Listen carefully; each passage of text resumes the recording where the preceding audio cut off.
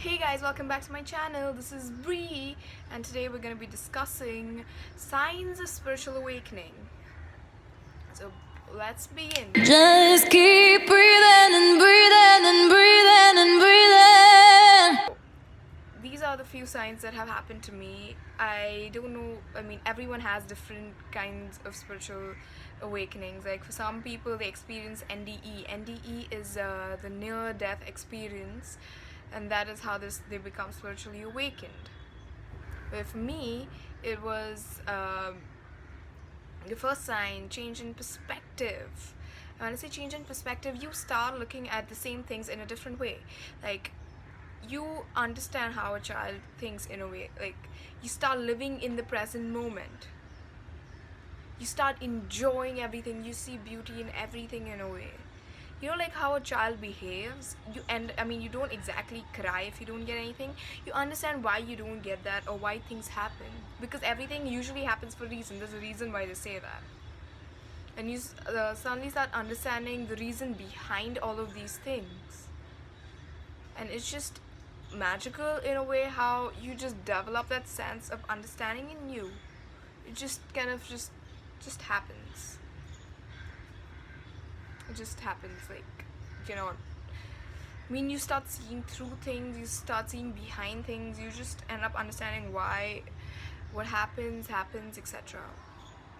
And it is really important to live in the present moment, because everyone's like, why bother about the future, why bother about the past when you can live in the present? Because most decisions that you have to make are in the present.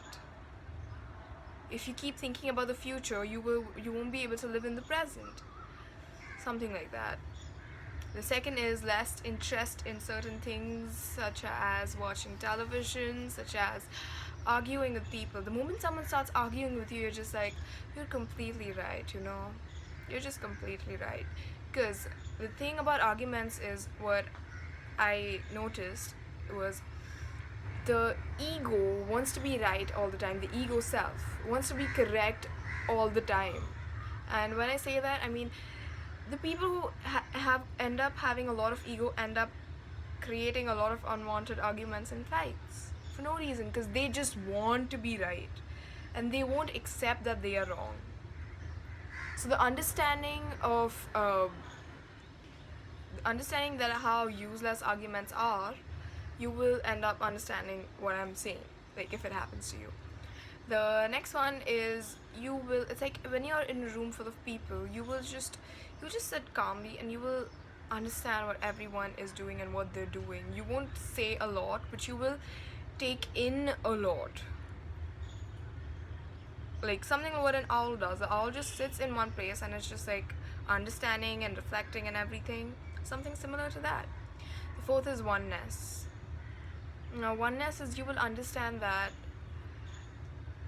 the opposite person is the same as you are in a way. The opposite person, if the opposite person is toxic to you, this is what I do. If someone in my life is toxic, I note down the toxic traits and then I reflect on what I have done, because the opposite person is a mirror of yourself in a way. You end up having this deep understanding of oneness, that everything is interconnected. You are connected to the plants, you are connected to the earth, you are connected to every single thing in this world. And that is exactly what happens. You understand the meaning behind oneness. And it is a really beautiful thing to realize that you are the same as everything is. You are created from the same source as everything is created.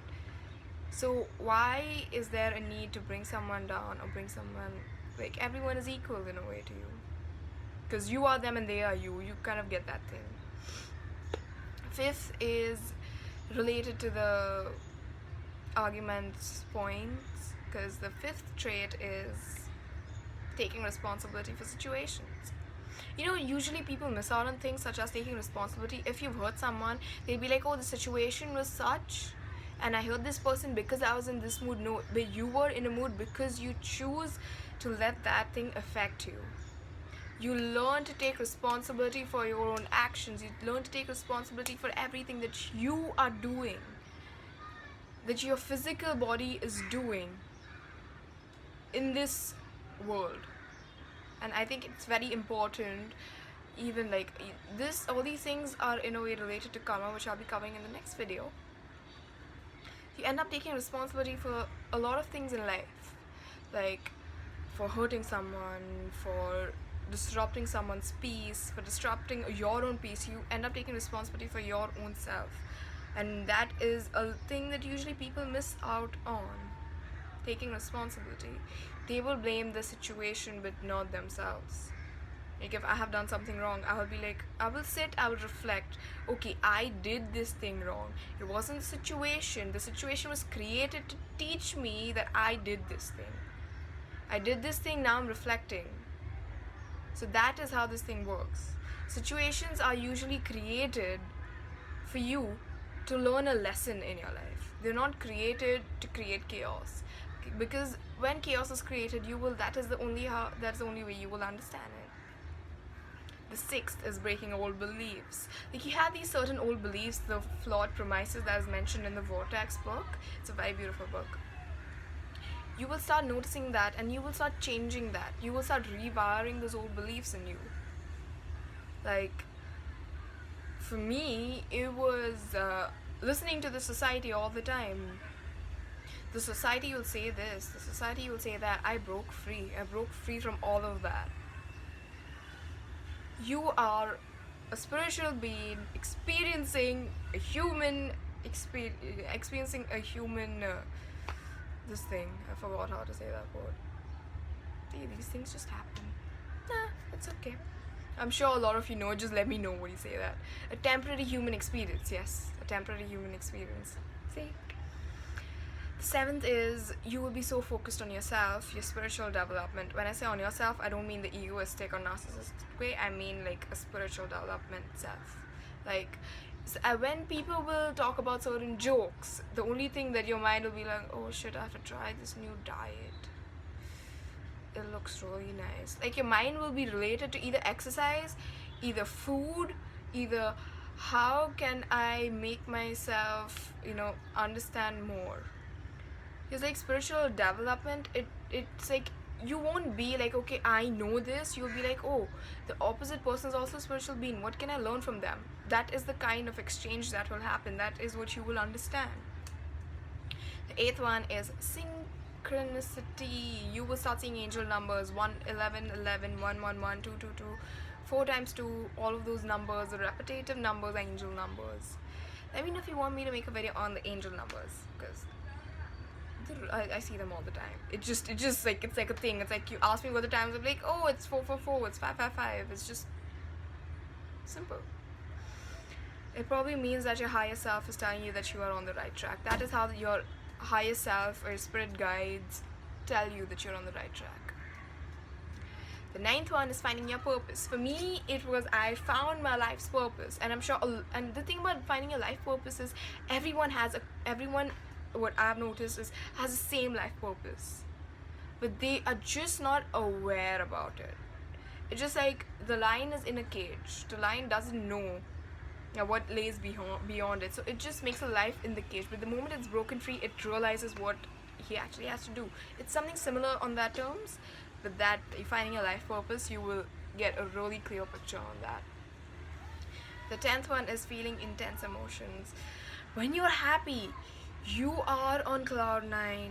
You will be jumping around, but when you're sad, you will be like really sad. Like emotions hit you harder, because like everything in a way amplifies, if this makes sense.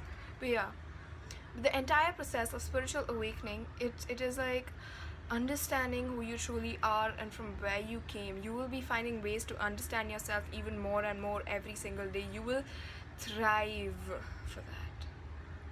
The old ways that you had won't make sense to you anymore. And just remember, it looks really scary and it sounds really chaotic, but don't let anyone tell you that it's a thing that you're not supposed to do. Because if it comes to you naturally, take it. Be it spiritually awakening, it'll come naturally. Kundalini awakening, it'll come naturally. Just think of yourself as a lotus that is in the mud. It's just like the lotus usually grows in the mud, right? It grows in the mud and dirt. But when it blooms, you are that lotus. Remember that. And I've been resonating a lot with the flower lotus lately. I hope you enjoyed today's video and I hope it's helped you in a way. That's all for today. The next video will be up Monday on how to ... karma. It's the only hint I'm giving. Thank you for watching. Namaste. Keep breathing. Keep meditating. If no one has told you today, I love you. I just want to tell you that.